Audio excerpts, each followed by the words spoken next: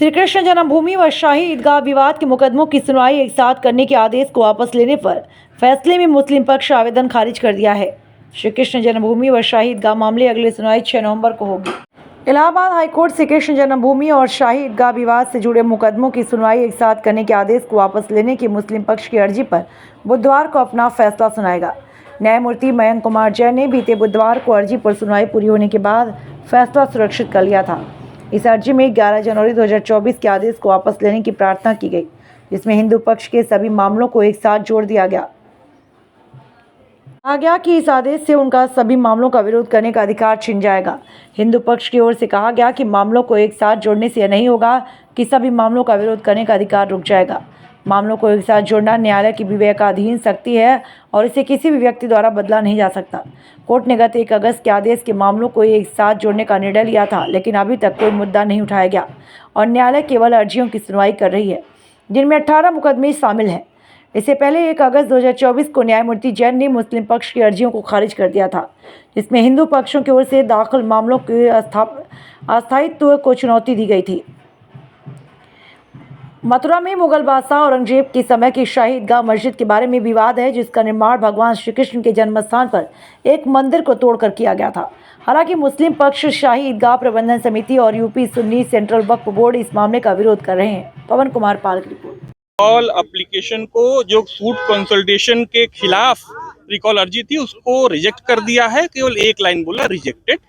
और बहरहाल अब सारे जो 15 सूट हैं उनका ट्रायल एक साथ होगा और इसमें जो है नेक्स्ट डेट पड़ेगा वो है 6 नवंबर की तारीख है, दोपहर 2 बजे इस पर अगली डेट सुनवाई है। और अब जो है इसमें आगे court honourable high court proceed करेगी और इश्यूज फ्रेम होंगे। इश्यूज फ्रेम किसी भी सिविल सूट के लिए जरूरी है और हम सब खुश हैं। ट्रायल एक साथ होगा तो समय की भी बचत है और कंट्राडिक्टरी ऑर्डर्स भी नहीं होंगे और मूल है कि समय का बचत होगा। अदरवाइज के पास क्या ये विकल्प है इस ऑर्डर को चैलेंज करने का? हाँ, वो बेशक ऑनरेबल सुप्रीम कोर्ट ने या ऑनरेबल सुप्रीम कोर्ट गए थे तो ऑनरेबल सुप्रीम कोर्ट ने कहा था कि आप हाई कोर्ट अप्रोच करिए, तो ऑनरेबल हाई कोर्ट में अब इनका रिजेक्ट हुआ है तो निश्चित तौर पे अब क्या करेंगे मुझे नहीं पता, लेकिन वो जाएंगे ही, एक रेमेडी है तो वो जरूर एग्जॉस्ट करेंगे। चैलेंज कर सकते हैं? बिल्कुल वो ऐसा कर सकते हैं, उनके पास लीगल रेमेडी है और हमको लगता है करेंगे भी।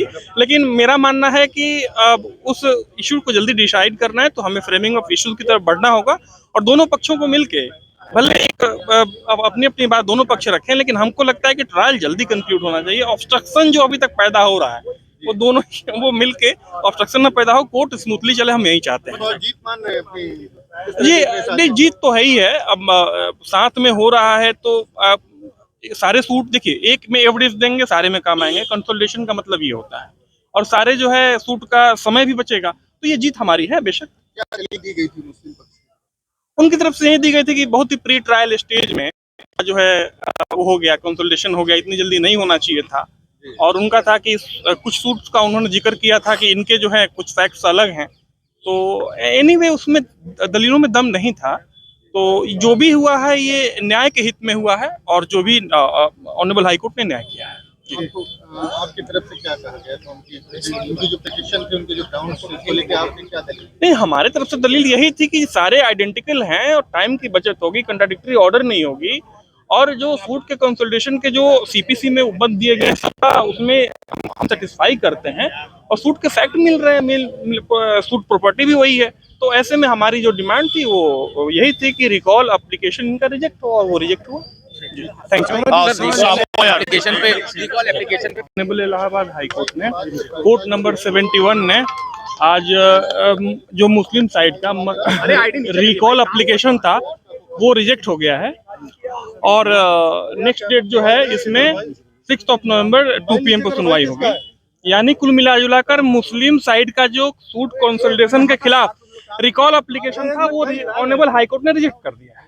जी, क्या ये क्योंकि इस पे जो है क्या नॉमिनेशन नई बेंच के लिए भी गठन के लिए कुछ नहीं, ऑनरेबल हाई कोर्ट ने शॉर्ट में केवल इतना कहा कि recall application moved by the so and so parties is application number 29 is rejected. यानी कि सूट जो 15 सूट कंसोलिडेट थे उसके खिलाफ रिकॉल एप्लीकेशन अर्जी मुस्लिम साइड की तरफ से दायर किए गए थे वो रिजेक्ट हो गया है और ये हमारी बहुत बड़ी जीत है। और सबसे बढ़िया ये दोनों पक्षों के लिए बढ़िया है कि ये ट्रायल साथ में होना चाहिए था शुरू से हम लोग इसका। आप लोगों की तरफ से क्या डिमांड की गई? देखिए आज हमारी डिमांड की तो बात ही नहीं थी, आज मुस्लिम साइड का जो था उनका डिमांड था कि सूट के कंसोलिडेशन को खत्म किया जाए, रिकॉल किया जाए उस आदेश को।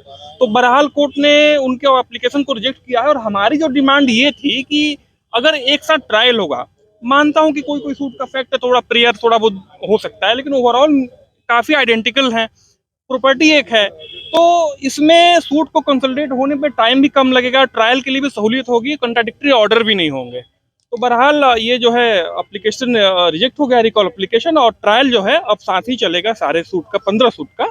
और फर्दर जो डेट है अब इसमें फ्रेमिंग ऑफ इश्यूज जो है मूल है वो होंगे, और 6 नवंबर को 2 बजे 2 PM पे सुनवाई होगी जी।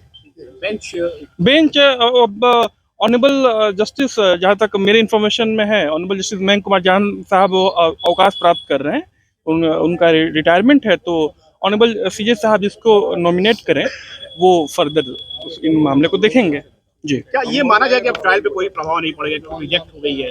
अब देखिए वो जाएंगे, ऑनरेबल सुप्रीम कोर्ट जाएंगे, वो तो उनका राइट है, उसमें हम कुछ नहीं कह सकते। लेकिन बहरहाल यहाँ अभी कोई स्टे नहीं है। फर्दर जो है फ्रेमिंग इश्यूज किसी भी सूट के लिए, सिविल वाद के लिए, वो जरूरी होता है, वो अब होंगे।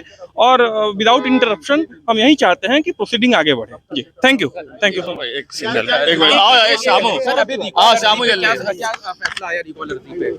जी